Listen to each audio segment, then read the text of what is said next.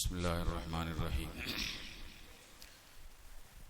ഇബ്രാഹിം നബി അലൈഹി സ്വലാത്തു വസ്സലാമിനെ അല്ലാഹു തആല നമ്രൂദിന്റെ തീക്കുണ്ടാരത്തിലിട്ട് പരീക്ഷിച്ച കാര്യം വിശുദ്ധ ഖുർആൻ പറയുന്നു. ആ തീക്കുണ്ടാരത്തിൽ നിന്ന് സുരക്ഷിതനായി ഇബ്രാഹിം നബി അലൈഹി സ്വലാം വെളിയിലേക്ക് പോന്നു.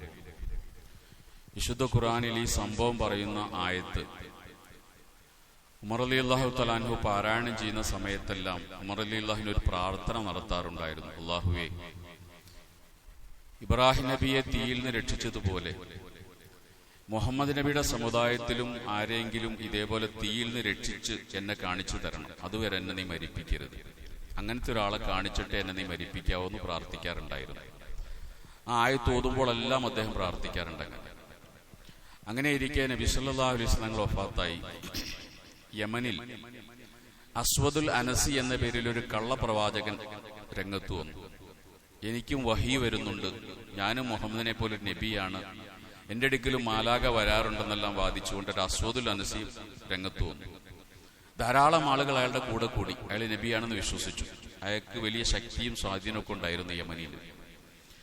അങ്ങനെ ഇരിക്കെ അബൂ മുസ്ലിം അൽ ഖവലാനി എന്ന് പറയുന്ന ഒരു താബഈയായ ഒരു മനുഷ്യൻ അദ്ദേഹത്തെ അസ്വദുൽ അനസി വിളിച്ചിട്ട് പറഞ്ഞു, ഞാൻ നബിയാണെന്ന് നീ വിശ്വസിക്കുന്നുണ്ടോ എന്ന് ചോദിച്ചു. അദ്ദേഹം അത് അംഗീകരിച്ചില്ല. ഞാൻ മുഹമ്മദ് നബിയാണെന്നാണ് വിശ്വസിക്കുന്നത്, നിന്നെ നബിയാണെന്ന് അംഗീകരിക്കുന്നില്ല എന്ന അർത്ഥത്തിൽ അദ്ദേഹം അസ്വദുൽ അനസി എന്ന കള്ളപ്രവാചകന്റെ മുന്നിൽ തന്റെ സത്യവിശ്വാസം വെളിപ്പെടുത്തി. അപ്പൊ ഇതിൽ അസ്വദുൽ അനസി ഈ അബൂ മുസ്ലിം അൽ ഖവലാനിനെ തീയിലിടാൻ വേണ്ടി തീരുമാനിച്ചു. വലിയ തീക്കുണ്ടാരം സംഘടിപ്പിച്ച് അതിലേക്ക് പീരങ്കി കൊണ്ട് അബൂ മുസ്ലിം അൽ ഖവലാനിനെ തൊടുത്തു വിട്ടു. പക്ഷെ അബൂ മുസ്ലിം ഖവലാനി ആ തീക്കകത്ത് വീണെങ്കിൽ പോലും അദ്ദേഹത്തിന്റെ വസ്ത്രത്തിന് പോലും ഒരു കരിയലുമില്ലാതെ സുരക്ഷിതനായി അദ്ദേഹം പുറത്തേക്ക് പോയിരുന്നു.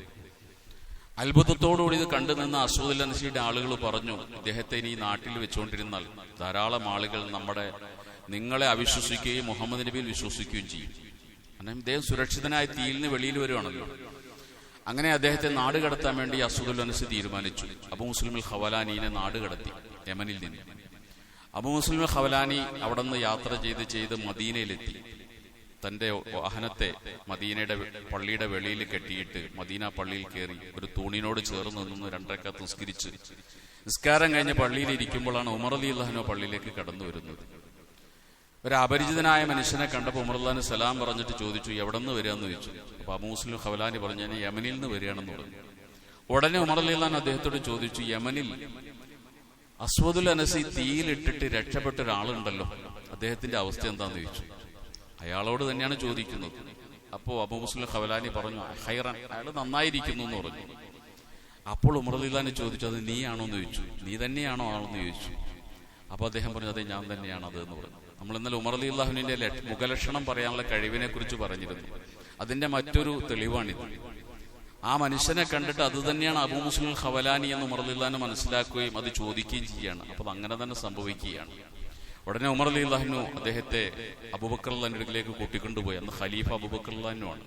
രണ്ടുപേരുടെയും ഇടയിൽ ഇരുത്തിക്കൊണ്ട് ഉമർ റളിയല്ലാഹു അൻഹു പറയുന്നുണ്ട്, ഞാൻ ഇങ്ങനെ പ്രാർത്ഥിക്കാറുണ്ടായിരുന്നു, അള്ളാഹു എന്റെ പ്രാർത്ഥന സ്വീകരിച്ചു, എനിക്ക് ഇബ്രാഹിം നബിയെ പോലെ തീയിൽ നിന്ന് രക്ഷപ്പെട്ട ഒരു മനുഷ്യനെ കാണാൻ കഴിഞ്ഞു എന്ന് ഉമർ റളിയല്ലാഹു അൻഹു പറയുന്നു.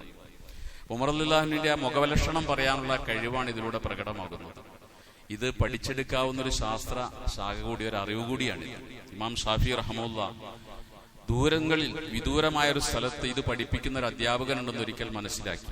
മുഖലക്ഷണം പഠിപ്പിക്കുന്ന ഒരാളുടെ ലക്ഷണം നോക്കി ആളെ അറിയാൻ കഴിയുന്ന ഒരു അറിവ് പഠിപ്പിക്കുന്ന ഉണ്ടെന്നൊരിക്കൽ ഷാഫി ഇമാം അറിയുകയും ദീർഘമായി യാത്ര ചെയ്ത അറിവ് പഠിക്കാൻ വേണ്ടി പോയിന്ന്.